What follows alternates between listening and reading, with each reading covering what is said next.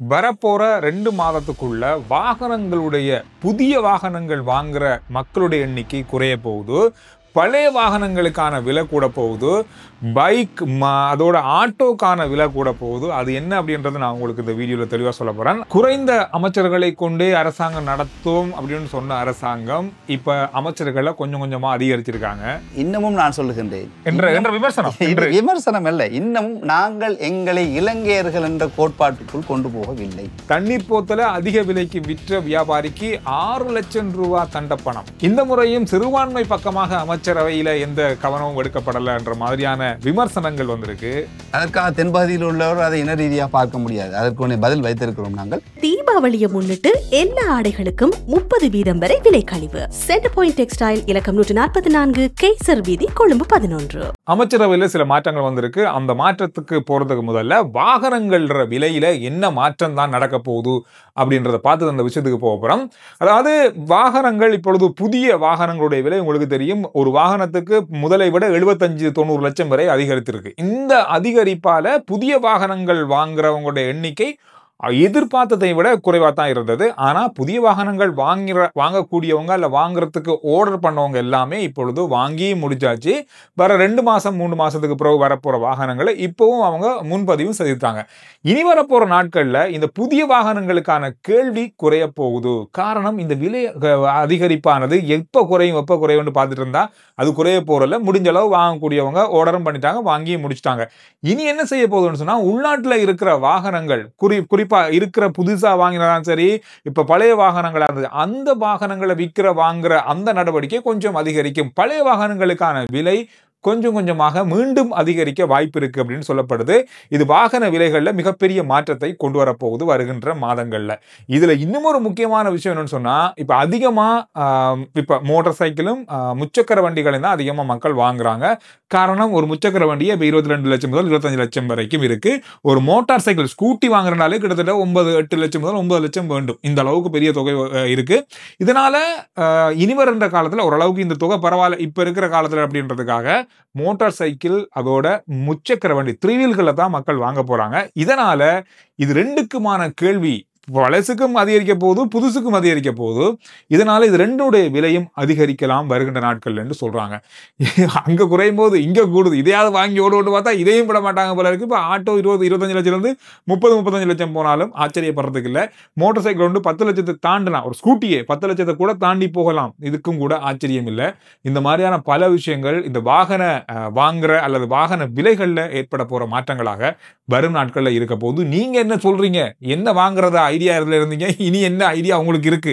Motor சைக்கிளா இல்ல ஆட்டோவா அப்படின்றத கருத்துக்கள்ல சொல்லுங்க. இன்றைய நாள்ல அமைச்சரவையில ஒரு சில மாற்றங்கள் கொண்டு வரப்பட்டிருக்கு. புதிய பிரதி அமைச்சர்கள், கேபினட் அமைச்சுகள்ல மாற்றம் கொண்டு வரப்பட்டிருக்கு. இந்த அரசாங்கம் பொறுப்பேற்கும் போது சொன்னாங்க 25 அமைச்சுக்கும் குறைவான அமைச்சர்களை உறுப்பினர்கள் வச்சு கொண்டு அந்த ஆட்சி நடத்தப்படும், அதிகளவான அமைச்சுக்கள் இருக்காருன்னு சொன்னாங்க. ஆனா இப்ப இந்த இன்றைய பதவியேற்போடு 30 தாண்டி இருக்கிறது மாதிரி தெரியுது. சரி, அது ஒரு பக்கம் இருக்கட்டும். விமல் ரத்நாயக் அவர்களுக்கான அமைச்சு பதவியில மாற்றம் வந்திருக்கு. அவருக்கு ஏற்கனவே வழங்கப்பட்டிருந்த துறைமுகம், விமான போக்குவரத்து ரெண்டுமே அவற்றிலிருந்து எடுக்கப்பட்டிருக்கு. இதுக்கு காரணமாக பலதரப்பட்ட விமர்சனங்கள் இருக்கு. அப்படின்னு சொன்னா, கண்டெய்னர் பிரச்சனையால இவருக்கு அந்த பதவி எடுக்கப்பட்டதா அப்படின்ற மாதிரியான விமர்சனங்கள் இருக்கு. இதோடவா கேட்கறதுக்கு தேசிய மக்கள் சக்தியினுடைய தமிழ் ஊடக பேச்சாளர் தாகா ஐஸ்டீனை சந்திக்கிறோம். மக்கள் மத்தியில எதிர்கட்சியினருக்கு மக்கள் மத்தியில இந்த கேள்வி இன்னைக்கு இருக்கு. என்றதை விட எதிர்கட்சியினர் தான் அந்த கூடுதலான கேள்வி எழுப்பியிருக்காங்க. அவங்க ஒரு விஷயத்தை முன் வைக்கிறாங்க. ஏற்கனவே அந்த 323 கண்டெய்னர் சம்பந்தப்பட்ட விஷயத்தால இவங்க முந்தி கண்டாங்கன்ற அடிப்படையில் அது மேல அவர் மேல குற்றச்சாட்டுகளும் இல்லை. முதலாவது நாங்கள் ஒரு விஷயத்தை புரிஞ்சுக்கொள்ளணும். விமல் ரத்நாயக்க சகோதரர் என்பவர் அவர் எப்படியாப்பட்டவர்ன்னு சொன்னால் ஹிஸ்டரி எடுத்து பார்த்தீங்கன்னா தெரியும் எவ்வளவு சுத்தமானவங்க அந்த விஷயம் விளங்கும். எனவே அடுத்த கட்டமாக இருக்கக்கூடியது மிகப்பெரிய ஒரு பொறுப்பு, நாட்டுக்குள்ளே தொடர்பாடல்களை ஏற்படுத்துவது, அதே நேரம் ஹைவே போடக்கூடியது, அதிவேக வீதிகள் புனரமைப்பு, அதிவேக வீதிகளை செய்யக்கூடிய அடுத்த கட்ட வேலைக்கு நாங்கள் போக வேண்டியது. எனவே இதுக்கு பெருந்த போக்குவரத்து அமைச்சராக எங்களுடைய விமல் ரத்நாயக் அவர் ஏற்கனவே இருக்கிறார். ஆனால் அவருக்கு அந்த நேரம் அந்த பாரிய அளவு பொறுப்புகளோ பாரிய அபிவிருத்தி சம்பந்தப்பட்ட விடயம் இருக்கல. ஹாபரை பொறுத்தவரை அபிவிருத்தி ஒன்றும் இல்லை. இப்போ அது ஒரு ட்ரக்கில் ஓடிக்கொண்டிருக்குது. வருமானத்துக்குரிய ஒரு வழியை செய்திருக்கிறாங்க. கடந்த வருடம் அதற்கான தரவுகளை கொடுத்திருக்கிறாங்க. அதிகப்படியான வருமானத்தை ஈட்டியது இந்த ஹாபர். அது எல்லாருக்குமே அறிந்த விஷயம் கூடுதல். அப்ப அவங்க அதுக்குள்ள கரப்ஷன் இல்ல, அவங்க ஒரு ட்ரக்குக்கு விழுந்திருக்காங்க, அதுக்கு கராரான ஒருத்தர் இருக்கணும்ன்றதுல இருந்து கொஞ்சம் நாங்க இடம் கொடுத்திருக்கோம். அப்ப அதுக்கு ஒரு ட்ரக்குக்கு போட்டதுக்கு பிறகு ஒரு டிரைவர் யாராவது ஒரு டிரைவரை கொடுத்தா அவர் சரியா போட்டு போவார். இப்ப அவங்களை அதுல இருந்து ரிலீஸ் பண்ணி இப்ப அடுத்தது பெருந்தெருக்கள் அமைக்கிறது, தெருக்கள் அமைக்கிறது, அபிவிருத்தி சம்பந்தப்பட்ட வீதி அபிவிருத்தி இப்ப நிறைய நடக்க இருக்கிறது. கடந்த காலத்துல ஹைவே போட்டாங்க, நாட்டுடைய அபிவிருத்தி, அதை நாங்க குறை சொல்ல முடியாது. அது மஹிந்த அரசாங்கத்திலையும் செய்திருக்காங்க, அது குறை சொல்ல முடியாது. ஆனால் ஒரு பெருந்தெருக்கள் அமைக்கிறதுங்கிறது மெயினாக பார்க்க வேண்டிய விடயம், எங்கு உற்பத்தி பொருட்கள் இருக்கிறது, எங்க உற்பத்தி இருக்குது, அந்த உற்பத்தியே எங்க நாங்க கொண்டு வந்து சேர்க்கணுமோ அந்த உற்பத்தி பொருட்கள் இருக்கக்கூடிய இடத்துக்கு தான் ஹைவே போடணும். உதாரணத்துக்கு யாழ்ப்பாணத்துல நிறைய உற்பத்தி பொருட்கள் இருக்கு. கிழக்கு மாகாணத்தில் நிறைய உற்பத்தி பொருட்கள் இருக்கு, ஹைவே இல்ல. ஹம்பாந்தோட்டையில என்ன உற்பத்தி பொருட்கள் இருக்கு? குருநாகல் என்ன உற்பத்தி இருக்குது இல்ல, குருநாகல் இருக்கு. ஆனா குருநாகலையும் கொழும்பையும் இணைக்கக்கூடிய அளவுக்கு செய்தாங்களா? அந்த ரோட்டு போட்டது அங்க இருக்கக்கூடிய யாப்பஹூ அந்த பகுதியில் இருக்கக்கூடிய பழைய நிதானம் சொல்லக்கூடிய புதையல்களை கிண்டி எடுப்பதற்காகவே அந்த வீதி அங்க குருநாகலுக்கு போக வேண்டிய வீதி இல்ல, கண்டி ஹைவேங்கிறது வரக்காப்பளை அம்பை பிசையால தான் மேலுக்கு போக இருக்குது. கேகல்லே டச் பண்ணி மாவனில டச் பண்ணி ரம்புக்கானை ஊடாகத்தான் கண்டிக்கு போகுது. அது போக வேண்டிய அந்த வீதி ஜான்ஸ்டன் பெர்னாண்டோடைய தேவைக்காக அது ஒரு பொருத்தம் இல்லாத ஒன்று. ஆனா இப்ப பிமல் ரத்நாயக்க சகோதரி அவருக்கு தோழர் பிமல் ரத்நாயக்கு கொடுக்கப்பட்டிருக்கக்கூடிய இந்த இப்ப தொடங்கி இருக்கக்கூடிய அடுத்த 2026ஆம் ஆண்டுங்கிறது நீங்க பார்க்க முடியும். பாரிய அபிவிருத்திகள் வீதி சம்பந்தப்பட்டது, பெருந்தெருக்கள் சம்பந்தப்பட்ட பெரிய பாரிய அபிவிருத்திகள் நடக்கும். அதாவது இனி வருகின்ற காலங்கள்ல வீதி அபிவிருத்திகளை அதிகமா பார்க்கலாம். இன்னும் ஒரு கேள்வி அவர்கிட்ட இருக்கு. அதுக்கு முதல்ல தண்ணீர் போத்தலை விற்பனை செய்த ஒரு வியாபாரிக்கு நீதிமன்றம், கொழும்பு நீதிமன்றம் இன்றைய நாள்ல 6 லட்சம் ரூபாய் தண்டப்பணத்தை விதிச்சிருக்காங்க. வெள்ளம்பட்டியை சேர்ந்த ஒரு வியாபாரிக்கு தான் இந்த தண்டப்பணம் விதிக்கப்பட்டிருக்கு. இவர் 70 ரூபாய் பெறுமதியான தண்ணீர் போத்தலை 90 ரூபாய்க்கு விற்பனை செஞ்சிருக்காரு. நுகேகொட நுகர்வோர் அதிகார சபையினால மேற்கொள்ளப்பட்ட வழக்கின் அடிப்படையில இந்த தீர்ப்பு இன்றைய நாள்ல வழங்கப்பட்டிருக்கு. இதுல ஒரு முக்கியமான விஷயம் சொல்லப்பட்டிருக்கு என்னன்னு சொன்னா, இந்த குற்றத்துக்கு 50 லட்சம் வரைக்கும் தண்டப்பணம் அறவிட முடியும் நீதிமன்றத்தால். அந்த அளவுக்கான குற்றம் இது. அதனால இவர் கொடுத்த ஆவணங்கள், இது சம்பந்தமா அவர் பரிந்துரை செய்த பல விஷயங்கள், முதல் தடவை அப்படின்ற ஒரு காரணம், இந்த மாதிரியான பல விஷயங்களை வைத்துக்கொண்டு நீதிமன்றம் அவருக்கு 6 லட்சம் ரூபாய் தண்டப்பணத்தை விதிச்சிருக்காங்க. ஆனா இந்த குற்றத்திற்கு 50 லட்சம் வரை தண்டப்பணம் விதிக்க முடியும் அப்படின்றது சட்டத்துல இருக்கு. அதை நீதிமன்றம் என்ற நாள வலியுறுத்தி இருந்தாங்க. மிக கவனமா இருங்க. கட்டுப்பாட்டு விலைகளுக்கு அதிகமாக விலைகள்ல பொருட்களை, குறிப்பா அந்த தண்ணி போத்தல், கடந்த காலங்கள்ல தண்ணி போத்தல் சம்பவங்கள் பல இடங்கள்ல பதிவாகி நீதிமன்றம் அவங்களுக்கான லட்சக்கணக்கான தண்டப்பணங்கள் அறவிட்டிருக்காங்க. நல்ல ஒரு விஷயம் இது. இந்த மாதிரி அதிகளவான தண்டப்பணங்களை விதிக்கும் போதுதான் ஓரளவுக்காவது திருந்துவாங்க. ஐஸ் போதைப் பொருளை கடத்திய 21 வயது இளைஞர், மன்னாரை சேர்ந்த 21 வயது இளைஞருக்கு கொழும்பு நீதிமன்றம் 10 வருட கடூழிய சிறை தண்டனையை விதித்திருக்கிறது. 2022ஆம் ஆண்டு இந்த சம்பவம் இடம்பெற்றிருக்கு. அவர் கைது செய்யப்பட்டிருக்காரு. இவர் மேசன் தொழிலாளி அப்படின்னு சொல்லப்படுது. சிறிய வயசுல இவர் தொழில் செய்யக்கூடிய ஒருவர். ஆனா இவர் ஐஸ் போதைப் பொருளை வைத்திருந்தார் என்ற குற்றச்சாட்டுல கைது செய்யப்பட்டு அந்த குற்றம் நிரூபிக்கப்பட்டு அவருக்கு 10 ஆண்டுகள் கடூழிய சிறை தண்டனை இன்று விதிக்கப்பட்டிருக்கு. இன்று நடந்த அமைச்சரவை மாற்றம். இந்த மாற்றத்துல இந்த முறையும் சிறுபான்மை மக்கள் சார்பான பிரதிநிதிகள் ஒதுக்கப்பட்டார்கள். இன்னமும் நான் சொல்லுகின்றேன் என்ற விமர்சனம் அல்ல, இன்னமும் நாங்கள் எங்களை இலங்கையர்கள் என்ற கோட்பாட்டுக்குள் கொண்டு போகவில்லை. அமைச்சரவையிலே முஸ்லீம் அமைச்சர்களும் தமிழ் அமைச்சர்கள் இருந்த போது எத்தனை ஆயிரம் பிரச்சனைகளுக்கு சமூகம் முகம் கொடுத்து, அவ்வாறான ஏதாவது ஒரு பிரச்சனைக்கு கடந்த ஒரு வருட காலத்துக்குள் ஏதாவது ஒரு பிரச்சனைக்கு இந்த சமூகம் முகம் கொடுத்ததா? சிறுபான்மையினர் என்று எங்களை நாங்களே தாழ்த்தி கொள்ளக்கூடிய ஒரு இனமாக முஸ்லீம்களாக இருக்கலாம், தமிழர்கள். நாங்கள் முதலாவது ஒரு இலங்கையர் என்ற அடிப்படையிலே வரணும். கேபினெட் என்பது இந்த இலங்கையினுடைய பொருளாதாரத்தையும் இலங்கையுடைய வளங்களையும் இவற்றை அபிவிருத்தி செய்வதற்கும் அதை ஸ்திரப்படுத்துவதற்காக அமைக்கப்படுகின்ற ஒரு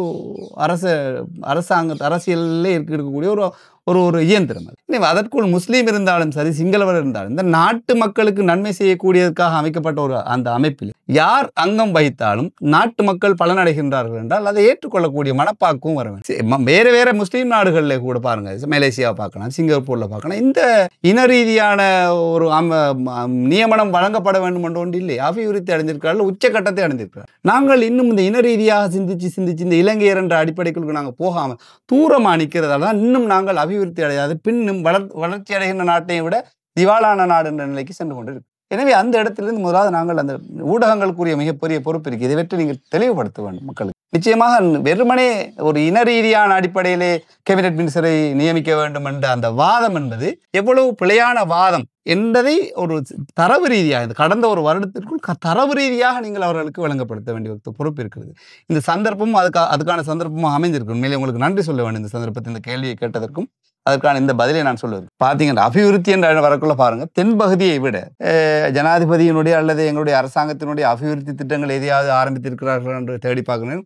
கொஞ்சம் யோசிச்சு தான் சொல்ல வேண்டியிருக்கு. ஆனால் வடக்கு அல்லது கிழக்குன்னு வரக்குள்ள டக்குன்னு சொல்லக்கூடிய மாதிரி மைதானங்கள், இப்போ சர்வதேச மைதானம் வருகின்றது, பாலம் அமைக்கின்றார்கள், துறைமுகங்கள் அபிவிருத்தி செய்யப்படுகின்றது, இது போன்ற பல அபிவிருத்தி திட்டங்கள் வடக்குள்ளுக்கு போகுது. ஏனென்றால் ஜனாதிபதி உணர்ந்திருக்கின்றால் கடந்த 30 ஆண்டு கால யுத்தத்தினால் எந்தவிதமான தென்பகுதியில் மற்ற பகுதியில் அபிவிருத்தியில் அள்ளி கொட்டப்பட்ட போது வடபகுதி அபிவிருத்தி இல்லாமல் இருந்தது என்பதை உணர்ந்திருக்கிறது. எனவே அந்த மக்கள் அதனால் பாதிக்கப்பட்டவர்கள். எனவே அவர்கள் பாதிக்கப்பட்டவர்களுக்கு முன்னுரிமை வழங்கப்பட வேண்டும், அவர்களுக்கு நீதி கொடுக்கப்பட வேண்டும் என்ற அடிப்படையில் முதலில் அதை வடபகுதி கவனிக்கப்படுகின்றது. அதற்காக தென்பகுதியில் உள்ளவர் அதை இன ரீதியாக பார்க்க முடியாது. அதற்கு பதில் வைத்திருக்கிறோம் நாங்கள். இந்த அடிப்படையிலே இந்த கேபினெட் அமைச்சுக்குள் என்ற விஷயம் வருகின்ற போது இந்த முறையும் கொடுத்திருக்காங்க.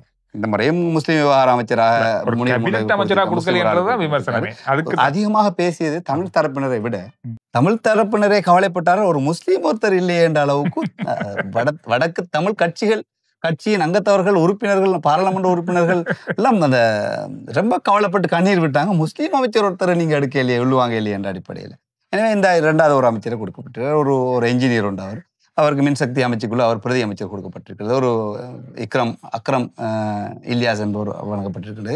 அதே மாதிரி முனீர் முல்லஃபர் அவர்களுக்கு ஏற்கனவே இருந்த அமைச்சோடு இன்னும் முஸ்லிம் விவகார அமைச்சு வழங்கப்பட்டிருக்கின்றது. இதன் மூலமாக அவர்கள் செய்து கொண்டு போனார். நன்றி தாகா எஸ்டீன். நீண்ட நாட்களுக்கு போகலாம் சார். ஆனால் நீங்க இந்த சந்தர்ப்பத்தில் நான் நினைச்சேன், எதிர்பார்த்த ஏதாவது ஒரு மீடியாவில் அழைப்பு விடுப்பாருன்னு நினைத்தேன். என்னால் இன்று கேபினெட்டுடைய மாற்றங்கள் கொண்டு வரப்பட்டது என்ற அடிப்படையிலே முந்திக் கொண்டீர்கள் நீங்கள். இதை நான் முந்திக் கொண்டதல்ல, மக்களுக்கு தெளிவுபடுத்த வேண்டிய ஒரு பொறுப்பு இருக்கிறது. அந்த பொறுப்பை நீங்கள் செய்து கொண்டிருக்கிறீர்கள். நன்றி, மிக்க நன்றி சந்திரு. இந்த செய்தியை நீங்க கேட்டீங்கன்னு சொன்னா சிரிப்பீங்களா அல்லது கோவப்படுவீங்களா இல்லது என்ன என்ன மனநிலை உங்களுக்கு இருக்கும் அப்படின்னு தெரியாது. தகவல் திணைக்களத்தில், இளைஞனுடைய தகவல் திணைக்களத்தில், செய்தி திணைக்களத்தில் 2003 அல்லது 2009ஆம் ஆண்டு காலப்பகுதிக்குள்ள ஒரு கேமரா வாங்கியிருக்காங்க. இது பிரான்ஸ்ல இருந்து வாங்கியிருக்காங்க. இந்த கேமராவுக்கான தொகை எவ்வளவு செலவழிச்சிருக்காங்கன்னு சொன்னா 13 கோடி. இந்த கேமரா 13 கோடி ரூபாய்க்கு வாங்கினதும் பிரச்சனை இல்லை, செலவழிச்சதும் பிரச்சனை இல்லை சொல்லி வச்சுக்கொள்வோம். ஆனா இந்த கேமரா கொண்டு வந்த மாதிரியே அந்த பெட்டிக்குள்ளேயே இருக்கு. அந்த பெட்டியுடன் உடைக்கலையா, இத்தனை வருஷமாகியும் அப்படியே தான் இருக்கான்னு சொல்லிட்டு தகவல் வழியாக இருக்கு. நீங்க இந்த செய்தியை கேட்கும்போது சிரிப்பீங்களா அழுவீங்கன்னா எனக்கு தெரியாது. எனக்கு கேட்கும்போது சிரிப்போட சேர்ந்து ஒரு கோபம் தான் வருது, அவ்வளவுதான், வேற எதுவும் இல்லை. இந்த தகவல் இந்த நாளில் பார்க்கக்கூடியதாக இருந்தது. தங்கத்தினுடைய விலை இன்று 5000 ரூபா கூடல, குறைஞ்சிருக்கு. வளமையாக கூடிக்கொண்டே போறது இன்றைக்கு குறைஞ்சிருக்கு. செட்டியார் தெருவினுடைய தங்க விற்பனை நிலவரப்படி இன்று 22 கரட் தங்கம் 3,600,000 ரூபா, 24 கரட் 3,25,000 ரூபா. கடந்த 9 மாதத்துல மதுவரி திணைக்களம் மிகப்பெரிய அளவான லாபத்தை எட்டி இருக்கிறது. கிட்டத்தட்ட 190.4 பில்லியன் இலங்கை ரூபாக்கள் அப்படின்னு பார்த்தா கிட்டத்தட்ட 1900 கோடி ரூபா, 1900 கோடி கடந்த 9 மாசத்துல மதுவரி திணைக்களத்தால அரசாங்கத்துக்கு லாபம் வந்திருக்கு. அதோட சீமெந்து கூட்டுத்தாபனத்துக்கு 224 மில்லியன் கடன் ஏற்பட்டிருக்கு. இந்த 8 மாதத்துல துறைமுகத்துல மிகப்பெரிய லாபம் ஏற்பட்டிருக்கு. கிட்டத்தட்ட 32.2 பில்லியன் இலங்கை ரூபாக்கள் லாபமாக துறைமுக அதிகார சபை பக்கமாக அல்லது ஹாவர் பக்கமான வருமானமா வந்திருக்கு. நம்ம கோடியில பார்த்தோம்னா 332 கோடி ரூபாய் வருமானம் வந்திருக்கு. எதிர்பார்த்த அளவு இல்லாட்டியும் இது வருமானத்தை அதிகரிச்சிருக்கு அப்படின்னு சொல்லி சொல்றாங்க. ஒரு நல்ல விஷயம் தான். இதோட மேல் மாகாணத்துல பேருந்து டிக்கெட்டுகள், பஸ் டிக்கெட்டுகள் வழங்காத 35 கண்டக்டர் உள்ளிட்ட 92 பேர் அவங்களுக்கு எதிரான தண்டப்பணம் வரவிடப்பட்டிருக்கு. சிலர் இடைநிறுத்தப்பட்டிருக்காங்க. குறிப்பா கண்டக்டர் மட்டுமில்ல, டிக்கெட் எடுக்காம போனவங்களும் தண்டப்பணத்துக்குள்ளாகிருக்காங்க. அது மட்டுமில்லாமல் போன் பேசி கொண்டு போன பஸ் சாரதிகளுக்கு 2500 ரூபாய் தண்டப்பணம் வரவிடப்பட்டிருக்கு. அவங்க 2 நாட்கள் வேலை தடையும் அவங்களுக்கு விதிக்கப்பட்டிருக்கு. RJ Chandru report YouTube channel, Facebook page, WhatsApp channel எல்லாத்தையும் போல பண்ணுங்க. அடுத்த வீடியோல நான் உங்களை சந்திக்கிறேன்.